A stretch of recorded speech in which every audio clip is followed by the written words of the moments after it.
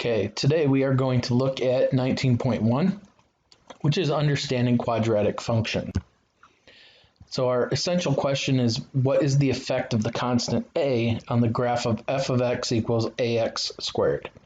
So remember, f of x, that's essentially like the y, and we're going to talk first about the parent function, which is the parent quadratic function for any quadratic. A quadratic means it has an x squared term as the highest degree of x.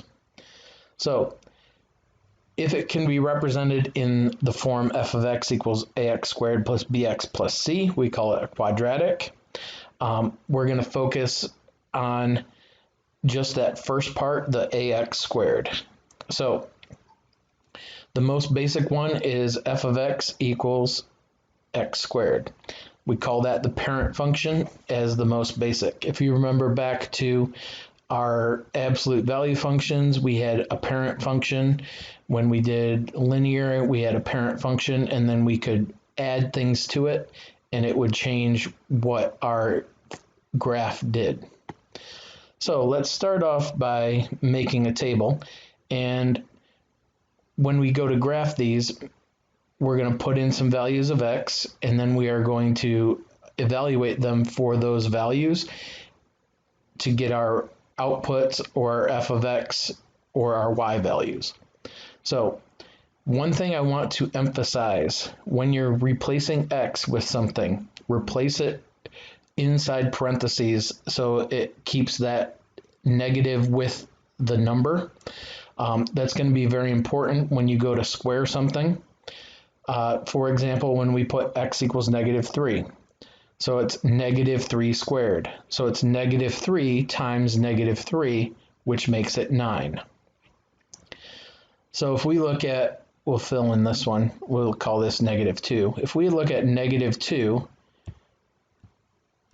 f of -2 is -2 squared. So it's -2 times -2, which makes it 4. If you don't put that negative inside that parentheses, it's going to mess up your answer. We're going to do the same thing with -1.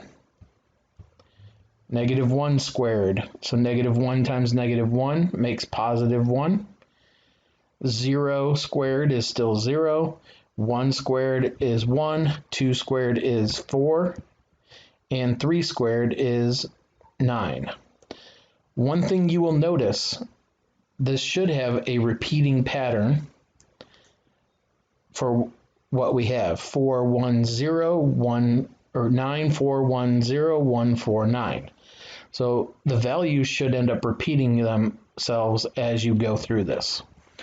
All right, so let's plot our points, and then we'll connect the dots. All right, so first point. Let's start with 9 and -3. So -3, 9 is right there. -2 and 4. -1 and 1. 0 and 0. 1 and 1. 2 and 4. And 3 and 9. All right. We'll connect the dots. Notice that it's not going to be a straight line. It's going to have a curve to it. And it's not going to be a perfect drawing on here, but it should have this curve shape. We call that a parabola. It looks like a U. We do have the bottom point where it starts to turn and go back up. So it goes down, down, down, then up, up, up. The point where it turns and starts going back up is called the vertex. And what we'll see is the vertex here is 0, 0. Notice if we look at our table, the vertex is where it flips. So it goes 9, 4, 1, 0. It stops going down, starts going back up. That's how we can recognize a vertex. All right, now just pretend my drawing's a little bit better, but we have what's called a line of symmetry. Both sides of that line down the middle should be the same. All right, so that should be our line of symmetry where x is equal to 0, or the y-axis. We can also look at our domain and range. So remember, domain is x values, the possible x values. And so for this function, it can be all real numbers, because we can put any number in for x and square it. The range, what we will get out, is going to be y is greater than or equal to 0. Because even if we square a negative number, it's going to become positive. We can't have any negatives on this graph. All right. We also looked at, when we did absolute values, stretching them and compressing them. So if we have the number out front, if we look at ax squared, so if a is bigger than 0, it's either going to stretch it or compress our graph. All right, so I'm going to just kind of cover, this is the parent function, the one that's green. Now, the compression, if we have a number that's bigger than 1 out front, it's going to make our outputs go up a lot quicker. So it makes the graph skinnier or compressed or narrower, or sorry, stretched. So it looks like it gets stretched up. On the other one, if we have a value for a that is between 0 and 1, so if it's a fraction like 1/2 or 1/4, it's going to actually make our graph wider, and we call that a compression. So all of these will have a minimum value, which will be at the vertex. All right, so the lowest we can get is 0, 0. The lowest we can get here is 0, 0. So these have a minimum. All right, and the range will always have to be bigger than that minimum value. All right, example 1, we are going to graph each quadratic function by plotting points and sketching the curves. So we have 2 times x squared. So this is 2 times -3 squared. Square the -3 first. -3 times -3 is 9.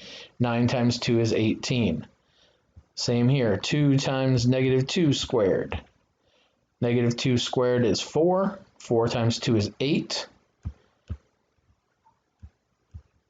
2 times -1 squared, so it's 2 times 1, which is 2. 0, and then 2, and then 8 and 18, when you can square 1, multiply by 2, square 2, multiply by 2, and just repeat that process. We do have a repeating value. This is our vertex. All right, then we can graph our points and plot it there. All right, now the domain of that is all real numbers, because we can put anything in for x. And the range, it has to be y is greater than 0. You can't have negatives after we square it. All right, now if we have 1/2 x squared, so we can do the same thing. -3 squared times 1/2. If we do that, that's going to be 9, and 1/2 of 9 is 4.5. -2 squared is going to be 4 times 1/2 makes it 2. 0 squared is 0 times 1/2 is still 0. And 2 squared times 1/2, so 4 times 1/2 is 2. And 3 squared times 1/2. So 9 times 1/2 is 4.5. So now we can plot these. 0, 0, 2 and 2, 3 and 4.5. We have -2 and 2 and -3 and 4.5. put in our curves. All right, so our domain is all real numbers.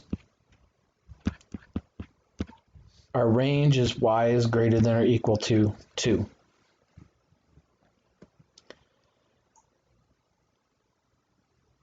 All right, now what happens if a is less than 0, if a is negative? That's going to open downward instead of opening upward like the previous ones did. So again, I'll put our parent function in here.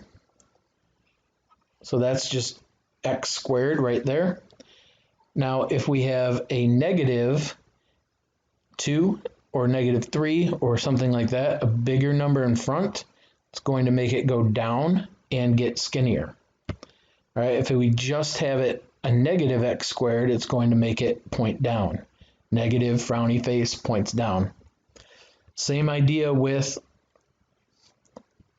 this one. We can, if we have a negative fraction, like negative 1/2 or negative 1/4, it's going to make it wider. All right, it's going to compress it.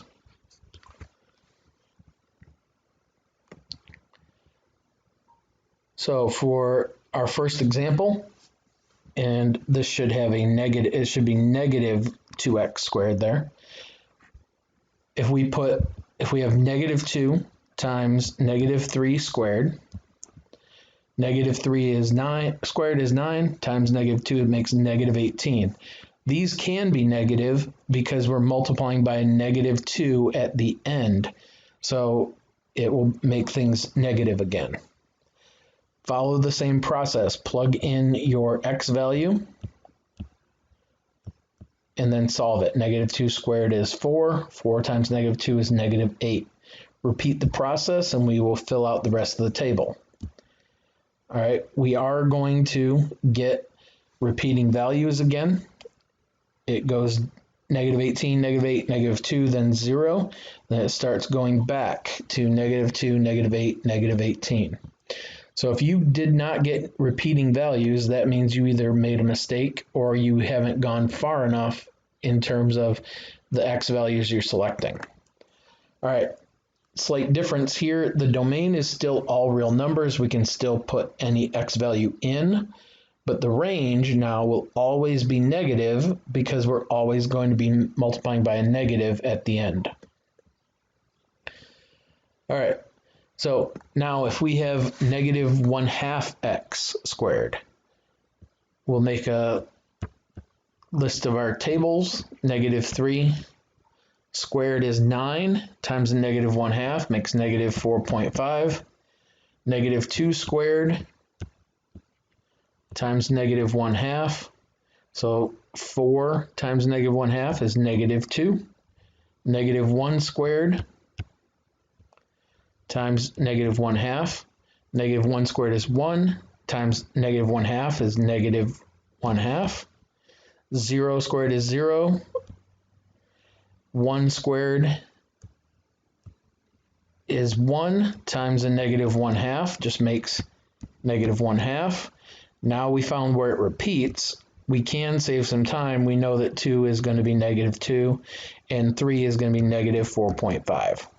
So we can plot those points. Negative 3, negative 4.5, negative 2, negative 2, negative 1 and 1/2, 0, 0, 1 and negative 1/2, 2 and 2, 2 and negative 2, 3 and negative 4.5.